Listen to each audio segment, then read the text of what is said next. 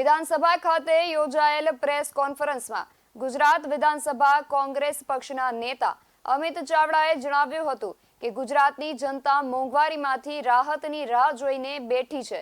ઘર ચલાવવું મુશ્કેલ થઈ રહ્યું છે, બાળકોની ફી ભરવી મુશ્કેલ છે, ત્યારે સરકાર રાહત આપવાને બદલે સ્માર્ટ મીટરના નામે લૂંટવાનો કારસો ઘડી રહી છે। ગુજરાતમાં સ્માર્ટ મીટર લગાવવાનો ઠેર ઠેર વિરોધ થઈ રહ્યો છે। વડોદરા, રાજકોટ, સુરત, સુરેન્દ્રનગર અને જામનગરમાં જ્યાં પણ મીટરો લગાવવાની શરૂઆત થઈ, જેમાં વ્યાપક ફરિયાદો, મીટરના છબરડા, લૂંટ સામે પ્રજાનો ઉગ્ર વિરોધ તેમજ વીજ કંપનીઓ અને પ્રજા વચ્ચે સંઘર્ષની સ્થિતિનું નિર્માણ થયેલ છે। પ્રજાની ફરિયાદો છે કે સ્માર્ટ મીટર લગાવતા 1000 રૂપિયા માસિક બિલ આવતું હતું, તેમને રોજ 350 રૂપિયા કપાવા લાગ્યા છે।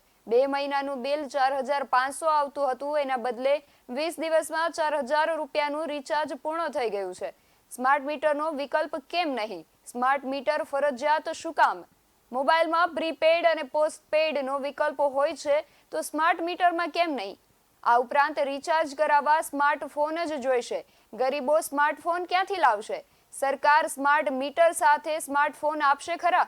ગુજરાતમાં 1.64 કરોડ સ્માર્ટ પ્રીપેડ મીટર લગાવવાનો પ્રોજેક્ટ છે અને તેમાં મીટર દીઠ 300 રૂપિયા ફરજિયાત બેલેન્સ તરીકે એડવાન્સ ભરવાના હોવાથી ગુજરાતની પ્રજાના 500 કરોડ રૂપિયા એડવાન્સ પડાવી લેવાનો કારસો રચાયો છે।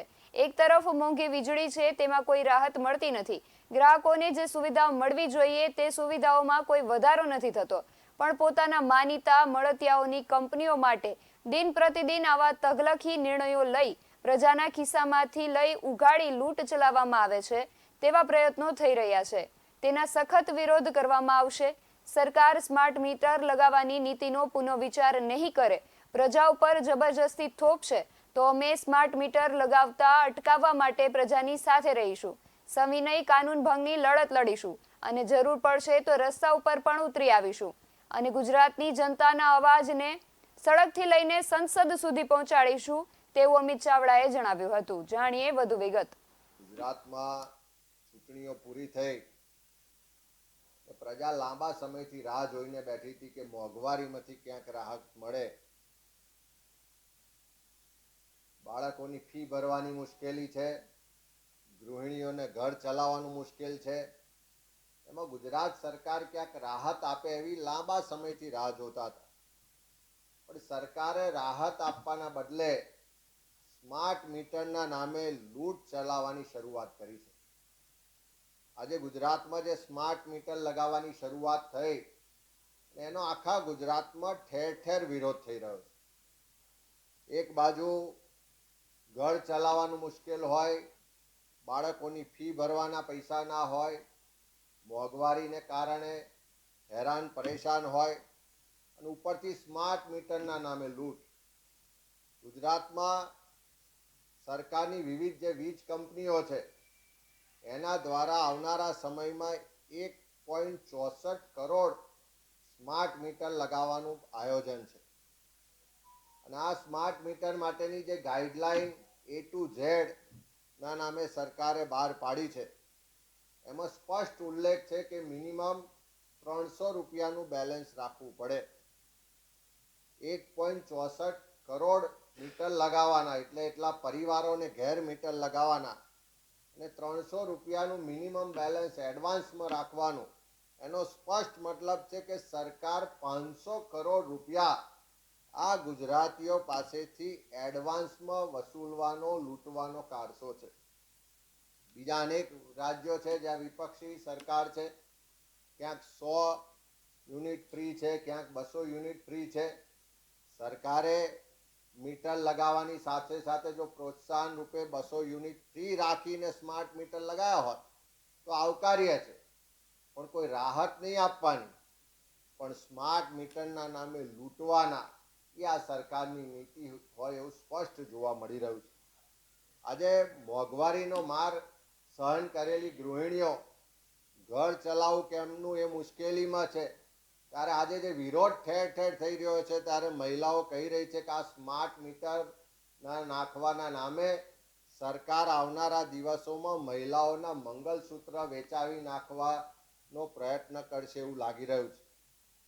અને બીજી બાજુ જ્યારે સ્માર્ટ મીટરનો હજુ તો પાયલોટ પ્રોજેક્ટ થયો હતો, તો ફરજિયાત શું કામ કરવામાં આવે? સ્માર્ટ મીટર ફરજિયાત શું કામ?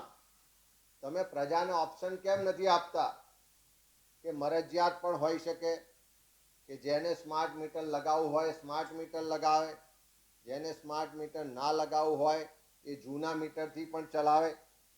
પણ દરેકને ધાક ધમકી દબાણ ને પોલીસનો ઉપયોગ કરીને ફરજિયાત સ્માર્ટ મીટર લગાવવાનો ઠેર ઠેર વિરોધ થઈ રહ્યો છે.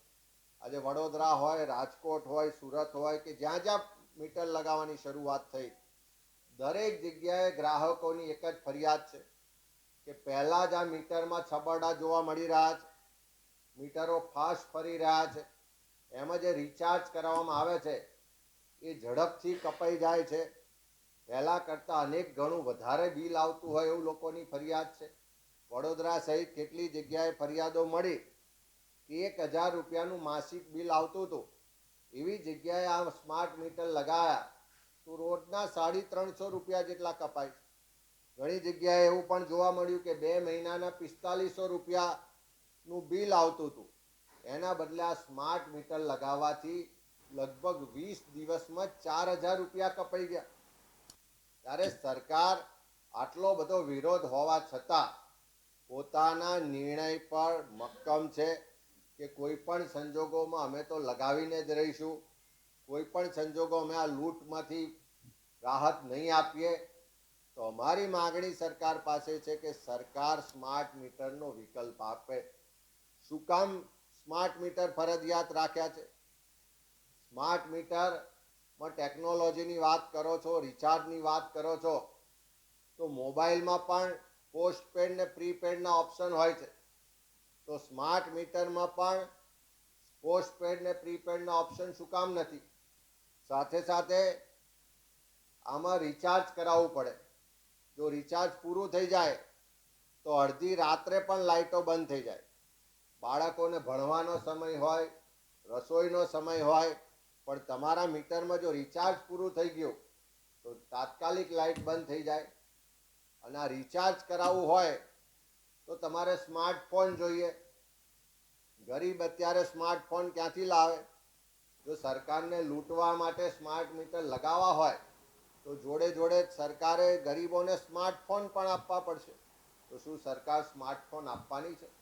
અરે આવા જે તગલગી નિર્ણયો થાય છે અને એની સામે જે વિરોધ છે એને લઈને અમારી સરકાર પાસે સ્પષ્ટ માગણી છે કે જો તમારે સ્માર્ટ મીટર લગાવવા હોય તો પહેલાં 200 યુનિટ વીજળી ફ્રી આપો. તમે સ્માર્ટ મીટર લગાવવા હોય તો એનો વિકલ્પ આપો કે જેને લગાવવા હોય એ લગાવે, જેને ના લગાવવા હોય ના લગાવે. તમે એને ફરજિયાત ના કરો. અને ત્રીજા નંબરે, જો સ્માર્ટ મીટર લગાવવા માટે તમે પ્રશાસન, પોલીસ અને સરકારી તંત્રનો દુરુપયોગ કરીને લોકોને ડરાવી દબાવીને જો ફરજિયાત લગાવશો તો જે રીતે આજે વિરોધ વંટોળ ઊભો થયો છે, જે રીતે આજે મહિલાઓ સહિત આખા પરિવારો રસ્તા પર ઉતર્યા છે, તો કોંગ્રેસ એ પરિવારોની સાથે છે. આવનારા સમયમાં પ્રજાને લૂંટવાવાળા સ્માર્ટ મીટર સામેની જે પણ લડાઈ છે એમાં કોંગ્રેસ પક્ષ પ્રજાની સાથે રહી અને જરૂર પડે તો જબરજસ્તીથી લગાવવામાં આવતા સ્માર્ટ મીટર સામે સવિનય કાનૂન ભંગની લડાઈ પણ કોંગ્રેસ પક્ષ શરૂ કરશે. અને સરકારની આ જોહુકમી ગુજરાતીઓને લૂંટવાનો જે કારસો છે એની સામે સખત વિરોધ કરવામાં આવશે. BS9 TV ન્યૂઝ સાથે રવિન્દ્ર ભદોરિયા, ગાંધીનગર.